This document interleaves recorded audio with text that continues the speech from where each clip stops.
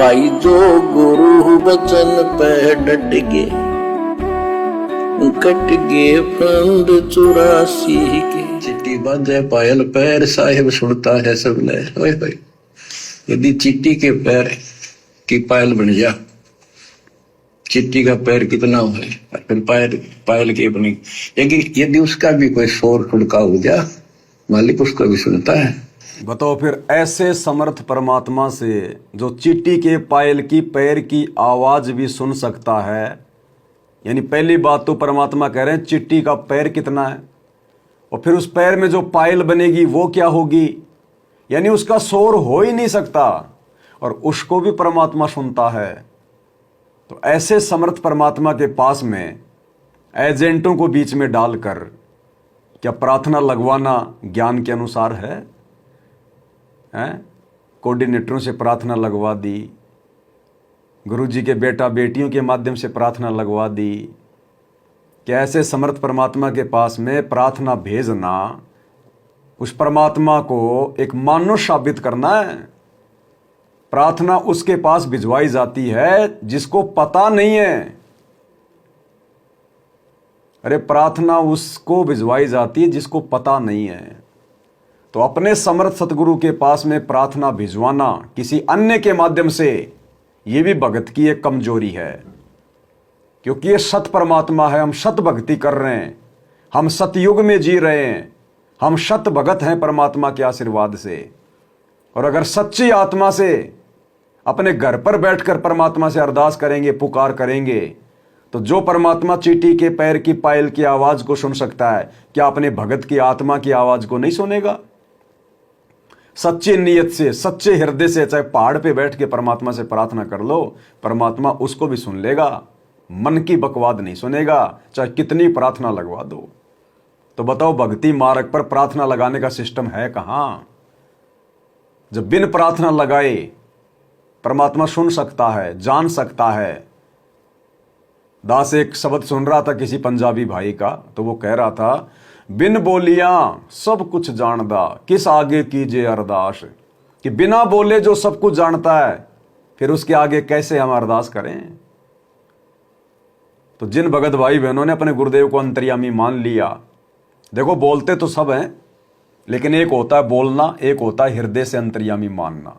अब बोलने को तो सारी संगत संध्या आरती में लास्ट में बोलती है कि अंतर्यामी एक तुम आत्म के आधार, और जो तुम छोड़ो हाथ तो मोहि कौन उतारे पार। अब कहने को तो सभी अपने भगवान को, अपने गुरु को अंतर्यामी कह रहे हैं, लेकिन उसके बावजूद भी प्रार्थनाओं पे प्रार्थना। अच्छा, ये प्रार्थना क्यों भेज रहे भाई और बहनों? क्योंकि ये अपने गुरु को परमात्मा नहीं मानते, इसलिए क्योंकि ये परमात्मा मानते हैं उस कागज के टुकड़े को, दाढ़ी मूछ वाली कबीर जी की समझे जाने वाली मुर्दा फोटो को, गूंगी बहरी फोटो को। इसलिए लोग बार बार प्रार्थना भेज रहे हैं, क्योंकि इनके पास कोई सही समाधान तो आता नहीं है।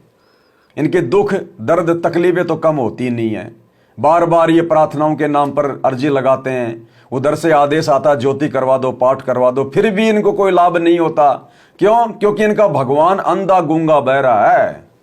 और हम सत्सेवक क्यों नहीं लगाते प्रार्थना?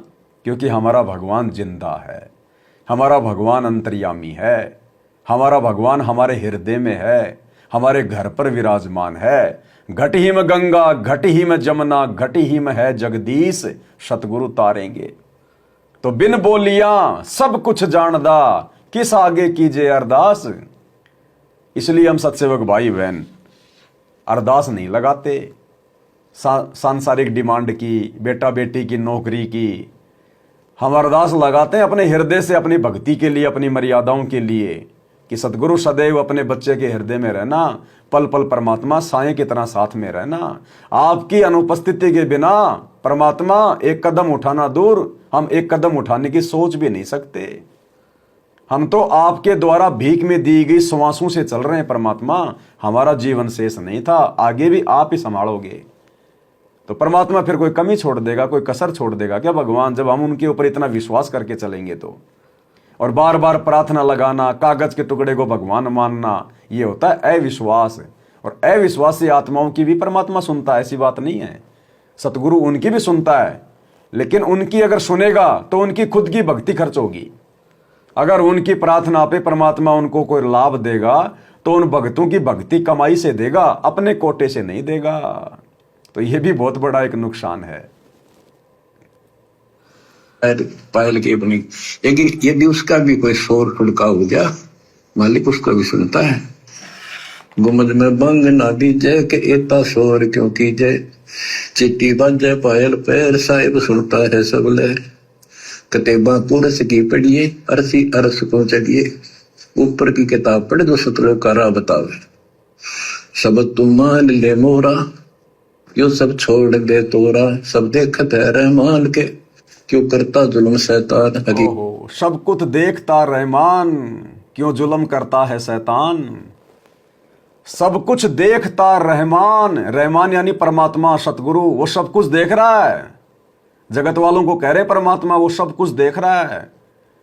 क्यों जुल्म करता है शैतान, तू मांस खा रहा है, बकरे काट रहा है, उल्टी साधना कर रहा है। और भक्तों को कि वो रहमान हिसार जेल में बैठ के सब कुछ देख रहा है। क्यों जुल्म करता शैतान, अरे क्यों अपने गुरु को नाराज कर रहा है, दुखी कर रहा है शैतान।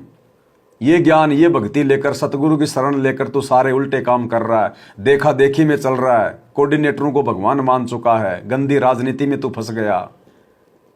तो कहते हैं सब कुछ देख रहा रहमान और उल्टे काम क्यों कर रहा तू शैतान।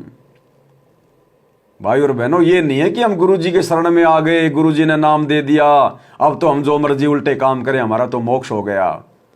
ये नाम और ज्ञान लेने के बाद तो हमने पहले से कहीं ज्यादा संभल के चलना पड़ता है, पहले से कहीं ज्यादा, पहले से कहीं ज्यादा। जो गुरु वचन पे डट गे, कट गे फंद 84 के, कट गे फंद 84 के, कट गे फंद 84 के। भाई जो गुरु वचन पे डट गे, कट गे फंद 84 के, कट गे फंद 84 के, कट गे फंद 84 के। भाई जो गुरु वचन पे डट गे,